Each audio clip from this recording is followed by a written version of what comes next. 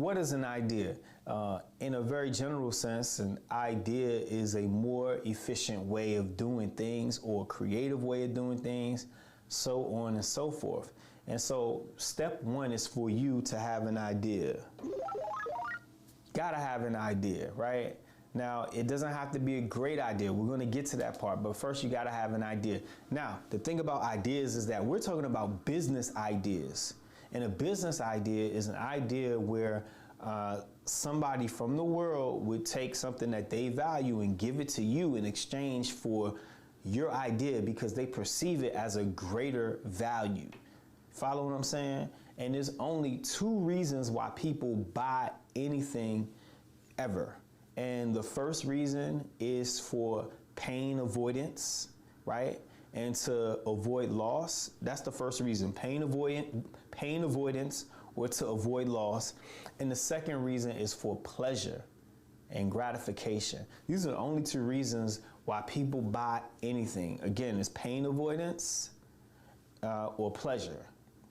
And so what you want to do with your idea is to make sure that you check one of those boxes. I personally prefer the pain avoidance part. Pain avoidance ideas, I say go for those if this is your first time out the gate and you're trying to get something off the ground. You never really had success before with getting people to buy into your idea. I would say personally, I think especially if you come from a position of being economically disadvantaged, like myself, that I think that you should focus on ideas that are about pain avoidance. Because here's the thing: when you're out here and you're trying to get people to buy into what it is that you're doing, and especially like as a black person, people look at you and they discount. They don't know who you are. They discount your credit. They discount your skills, your capabilities. They're not impressed by you. They look down upon you. All these kinds of things. You're competing against. You're another person in line that's competing for people's attention. So and also you have to understand that people are very stubborn, and they're very difficult to change and to adopt new behaviors, such as supporting your idea, whatever that is, right? And so one way in order to get people to do that is to identify a pain point in their life. And then at that point, if you provide the solution, you're the ice cream man, right? You are the access point that they go to get this pain relief. And at that stage, it doesn't really matter what color you are or where you come from. So I say focusing on ideas that touch on pain avoidance is really a very, very smart way to go, as opposed to ideas that focus on pleasure, because many times human beings, like, we seek pleasure to avoid pain, but a lot of times we seek pleasure to avoid distraction. And there are so much competition when it comes to pleasurable ideas or pleasurable solutions. So I feel like that's something that, now, if you have a network that is established in those kinds of ideas, then that is an advantage that you'll have. So I say, you can take advantage of that. It's no different than a third generation basketball player. Now, if your grandfather played basketball, your father played basketball, professional basketball, then it only makes sense that you develop the skills and go into the NBA, because that's your pedigree, that's your heritage. Take advantage of that. That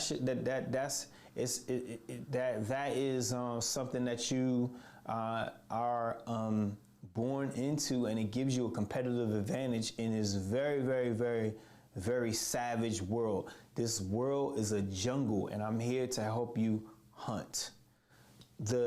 It's no different than the second or third generation actor or actress in Hollywood, where their grandparent was an actor or their father, their mother was an actor. Now they're born into it, and then they get these roles, they get advantages that the average person or somebody that came from the East Coast to go all the way out there, the first generation, you're competing with third generation people. It's like, get in line. You're just like all these other people who aren't connected like that or born into it. You're just another person in line. It's not a competitive advantage. So what I'm saying is that for you to when you're picking the idea in which that you want to bring to fruition, that you want to develop a company around, consider these things. What are the strengths that you have that other people just don't have, and try to tie your idea into that.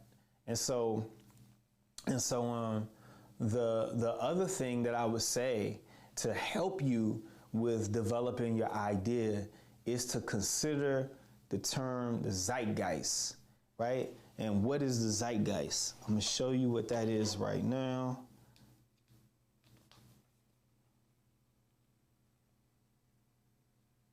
Okay.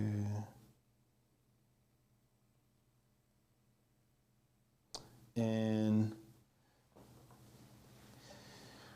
all right, zeitgeist means the general intellectual, moral, and cultural climate of an era.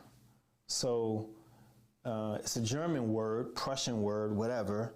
And what that means is that there is a certain tenor of thought, of concern that exists in mass in different groups of people throughout the world. And it would be beneficial for you to take advantage of the zeitgeist by tying the idea in which that you have into a larger concern that exists within society.